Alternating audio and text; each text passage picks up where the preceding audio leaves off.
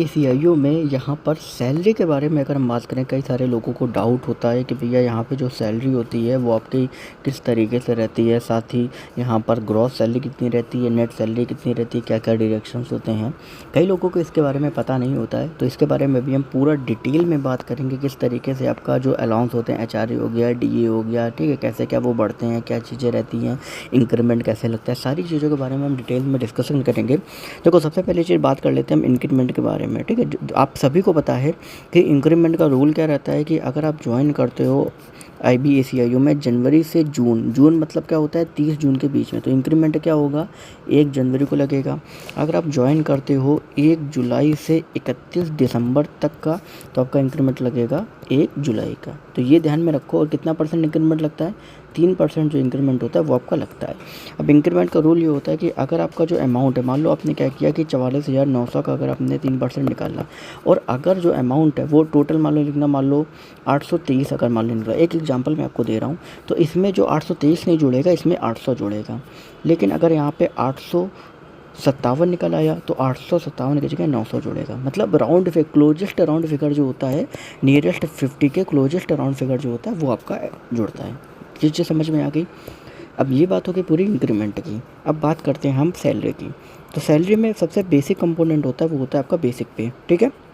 Basic के बाद फिर आपका क्या होता है, फिर होता है आपका DA, फिर होता है आपका HRA, और HRA के बाद होता है TA, फिर अलग से आपका स्पेशल अलाउंस जो यहाँ पर आपको मिलता है 20%, वो आपका रहता है, ठीक है। अब बात कर लेते हैं सारी चीज़ों के बारे में।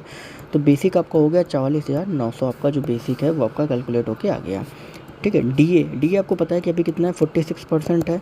तो 46% DA के हिसाब से आपका कितना हो गया, 20,654। कैसा होता है, बेसिक में ही हम कैलकुलेट करते हैं, ठीक है। तो ये होता है। अब एक चीज़ ध्यान रखना कि एक रूल आपको बताया गया है कि जैसे ही DA 50% के ऊपर क्रॉस होगा, ठीक है, वहाँ पे HRA जो होता है वो आपका रिवाइज हो जाता है। क्या क्या रिवाइज हो जाएगा, X सिटी में 30, Y में तुम्हारा 20 और Z में 10।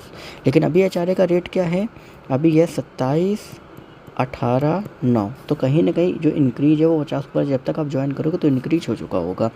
तो अभी हम बात करते हैं सिर्फ X सिटी की सैलरी के बारे में, उसी में ही Y का भी बता दूंगा। तो X सिटी में जो HRA आपका है 27% लगेगा, जो कि बेसिक का 27% होता है, जो कि होता है 12,123 रुपये जो होता है वो आपका क्या हो गया, HRA हो गया, ठीक है। ये DA हो गया, ये बेसिक हो गया। अब TA की बात करते हैं। TA दो तरीके से होता है। TA आपका क्या होता है, जो मेन X सिटी होती हैं वहाँ पर लगता है 3600 प्लस DA का 6% कैलकुलेट होता है। फिर इसके बाद अगर आप Y सिटी में अगर आप या Z सिटी में अगर आप देखोगे तो 1800 प्लस DA ऑन TA जो है वो कैलकुलेट होगा, ठीक है। तो TA आपका कैलकुलेट अगर आप करोगे तो 5256 रुपये X सिटी में TA जो होता है वो कैलकुलेट हो जाएगा, ये वाली इससे, ठीक है। स्पेशल अलाउंस की अगर हम बात करें तो ये आपका 20% होता है बेसिक का, तो बेसिक आपका ये दिया गया है। और अगर आप स्पेशल अलाउंस निकालने जाओगे तो इसी का आपको क्या करना पड़ेगा, 20% जो है वो आपको कैलकुलेट करना पड़ेगा। अब अगर हम बात करें कि इसका 20% आपका जो है वो आपको कितना आएगा, तो इसका 20% जो है वो आपका 8980 जो है वो आपका कैलकुलेट होकर 20% आएगा। अब ये जो चारों कंपोनेंट्स होते हैं उनको कहते हैं इमॉल्वेंट्स, ठीक है, इमॉल्वेंट्स इनको कहते हैं। और ये जब चारों को कैलकुलेट करोगे तो आपका जो सैलरी आएगा वो आपका आएगा 91,913। और ये जो सैलरी है ये आपका X सिटी में सैलरी है, और इसी सैलरी को हम क्या बोलते हैं, ग्रॉस सैलरी। जितने भी नए लोग हैं वो ध्यान में रखें, इसी सैलरी को हम क्या बोलते हैं, ग्रॉस सैलरी हम बोलते हैं, ठीक है।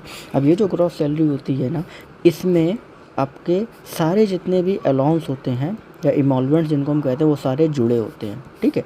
लेकिन ये आपकी नेट सैलरी या इन हैंड सैलरी नहीं होती है। क्यों, क्योंकि नेट सैलरी में क्या होते हैं, डिडक्शंस आपके जो हैं वो आपके होते हैं। अब क्या नेट सैलरी है उसके बारे में भी हम कहीं ना कहीं चर्चा कर लेते हैं इस वीडियो में। तो वो नेट सैलरी के लिए, जो कि अभी मैंने बताया भी था आपको, नेट सैलरी के लिए आपको क्या चाहिए होता है, आपको डिडक्शन से चाहिए होते हैं, ठीक है। अब डिडक्शंस आपके क्या क्या होते हैं, यहाँ पर हम बात कर ले नेट सैलरी में। तो नेट सैलरी में आपका डिडक्शन से सबसे पहला आपका होता है NPS का। NPS कैसे कैलकुलेट होता है, जो कि बेसिक और DA का जो टोटल अमाउंट होता है उसका 10% जो होता है वो तुम्हारा NPS कैलकुलेट होता है, ठीक है।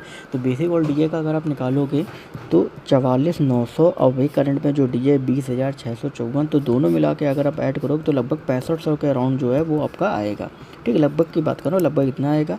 दूसरा आपको लगता है प्रोफेशनल टैक्स जो है वो आपका लगता है, जो कि अगर आप अपने होम स्टेट से दूसरी जगह अगर आप पोस्टेड होते हो, एक्सेप्ट जो आपकी यूनियन टेरिटरी है उनको छोड़ के अगर आप होम स्टेट से दूसरी जगह पोस्टेड होते हो तो वो स्टेट आपके ऊपर 2500 रुपये प्रोफेशनल टैक्स कटता है, जो कि मंथली 200 रुपये आपका डायरेक्ट होता है सैलरी से, और फरवरी में 300 रुपये आपका जो है वो आपका कटता है। ठीक है, तो इस तरीके से प्रोफेशनल टैक्स जो होता है वो आपका कटता है। तो 200 रुपये ये कटता है, 65 से ये कटता है। तो टोटल जो आपके डिडक्शंस की अगर मैं बात करूँगा, डिडक्शन से टोटल, तो टोटल डिडक्शंस हो जाता है 6500 प्लस 200, तो तुम्हारा हो गया 6700 रुपये जो टोटल है वो डिडक्शंस हो गया। अब यहाँ पे नेट सैलरी की अगर हम बात करें तो नेट सैलरी या इन हैंड सैलरी अगर हम देखेंगे तो नेट सैलरी या इन हैंड सैलरी की अगर हम बात करें तो 91913 अभी आपने देखा ग्रॉस सैलरी थी, तो इसमें क्या करेंगे 6700 रुपये जो है वो हम घटा देंगे, तो यहाँ पर जो आपकी नेट सैलरी आ जाएगी वो 85,200